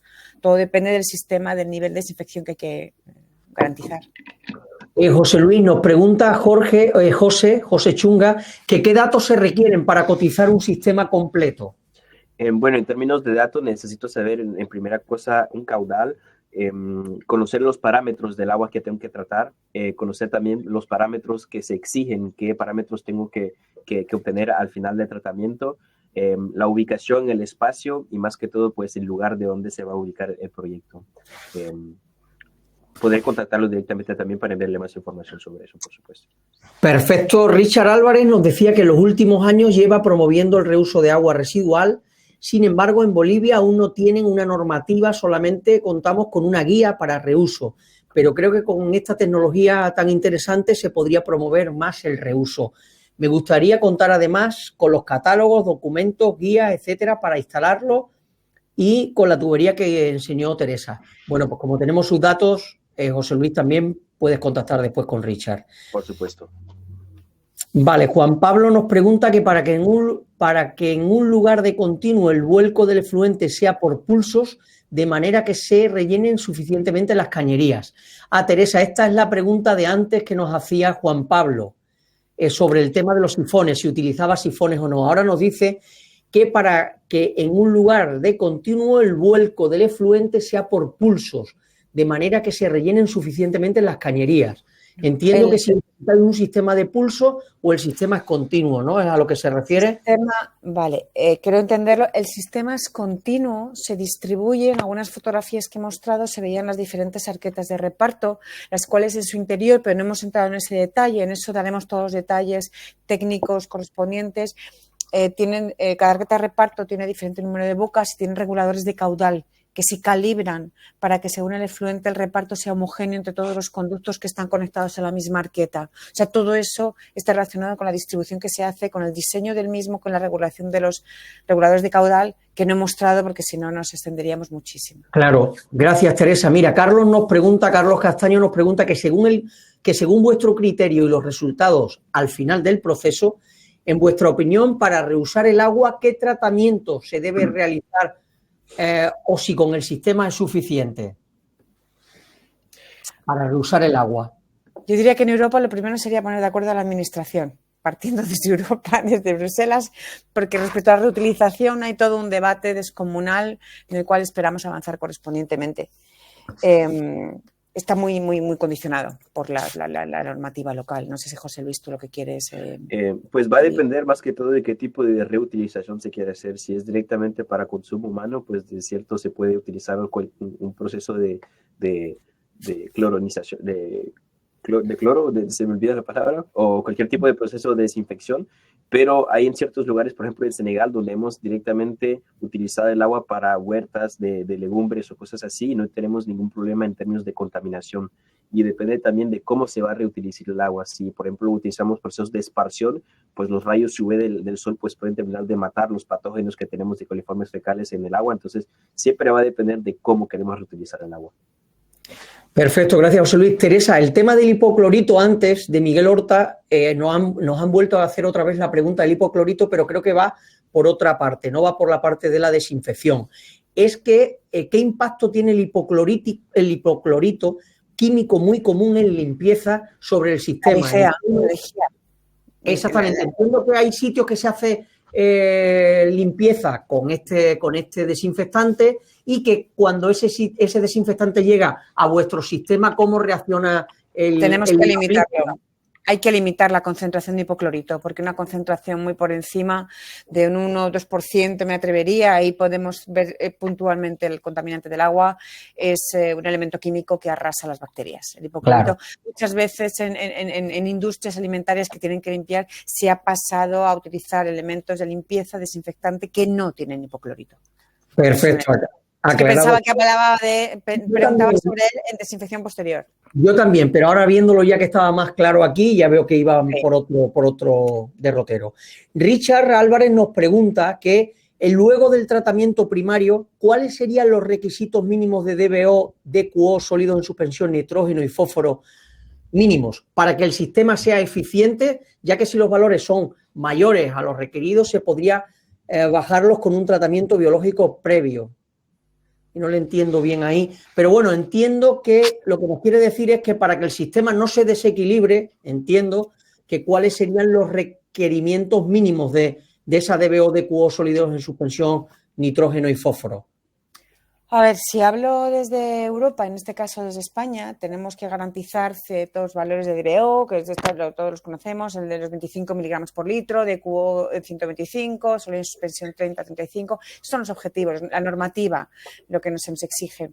A la entrada en el efluente, nuestra experiencia nos ha llevado a tratar efluentes que tienen hasta 2.000, 3.000 partes por millón de DBO en España y en el Magreb hasta 4.000 y 5.000 partes por millón. Eso lo que suele conllevar más bien es un sistema primario de decantación o algo más extenso y luego algo más de longitud de conductos para favorecer esa cuna bacteriológica en mayor magnitud y esa descontaminación. Pero esos son los, o sea, a la salida hay que garantizar la normativa que estamos garantizando y demostrando y arrojando en España, en este caso, es la que comento, y en la entrada hemos manejado efluentes con esas concentraciones. Con esas concentraciones. Perfecto, bueno, pues ya poco a poco vamos terminando, estamos en las últimas, aunque todavía nos quedan unas cuantas. Sí, que tenía aquí una para Teresa, a ver si la localizo. Sí. ¿Tenéis experiencia de combinar este sistema con humedales localizados por encima del mismo? En España no.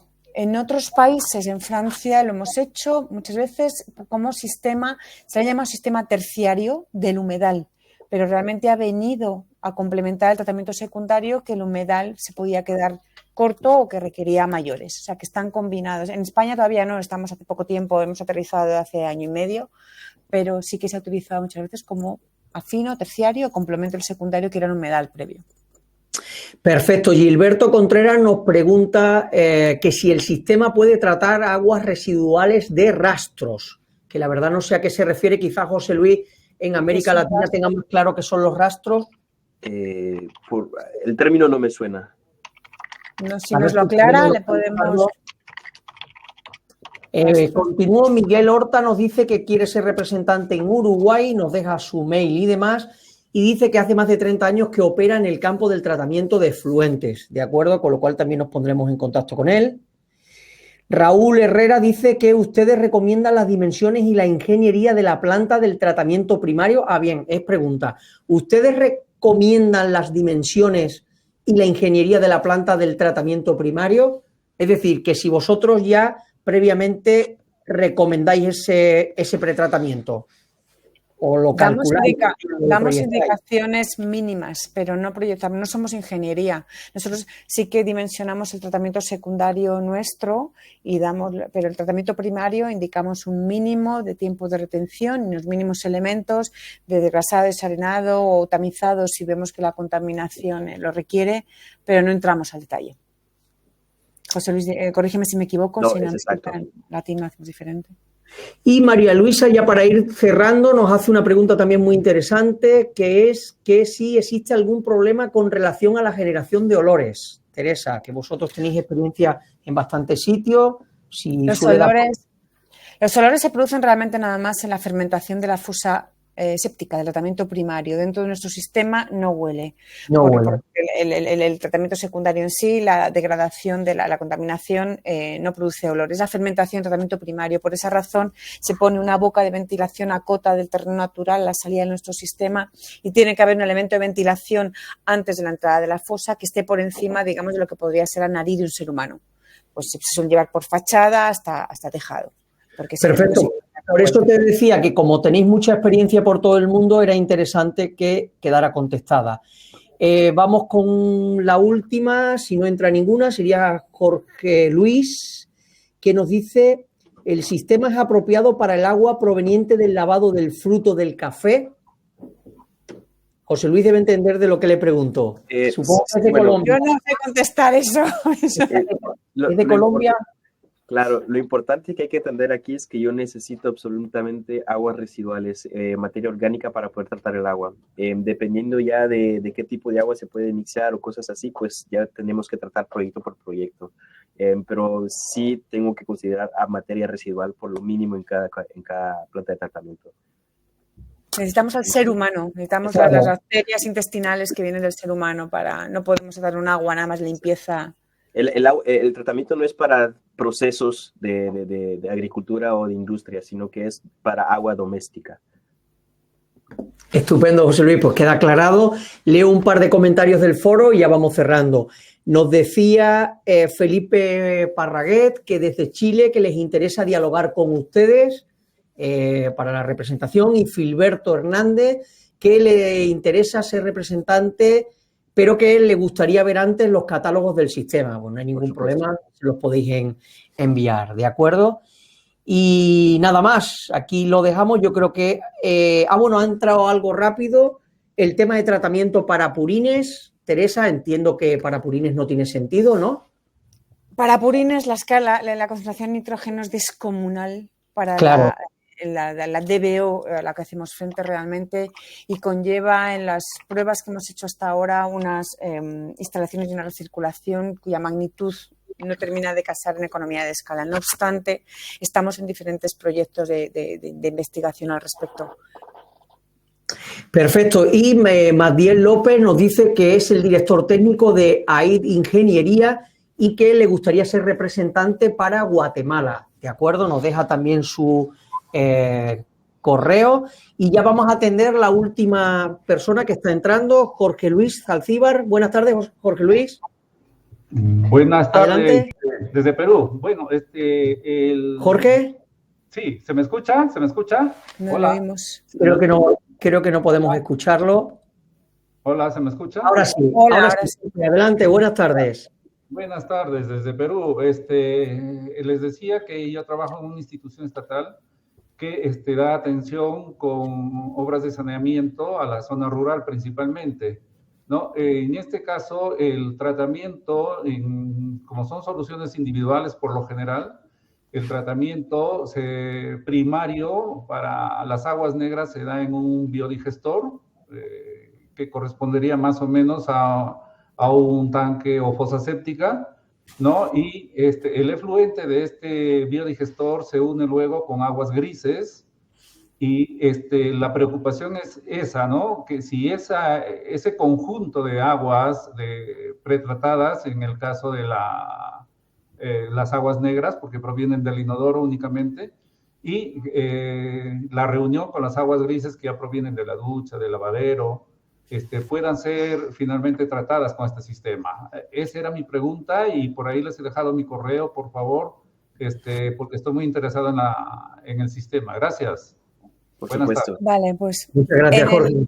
respecto a la pregunta que hace, cuando hay un aporte de aguas grises posterior al tratamiento, se lleva a cabo, el aporte de aguas grises nada más aporta caudal, pero no aporta realmente contaminación, por lo que no es razonable en inversión incrementar el sistema por el caudal que aportan las aguas grises cuando no hay descontaminación que hacer.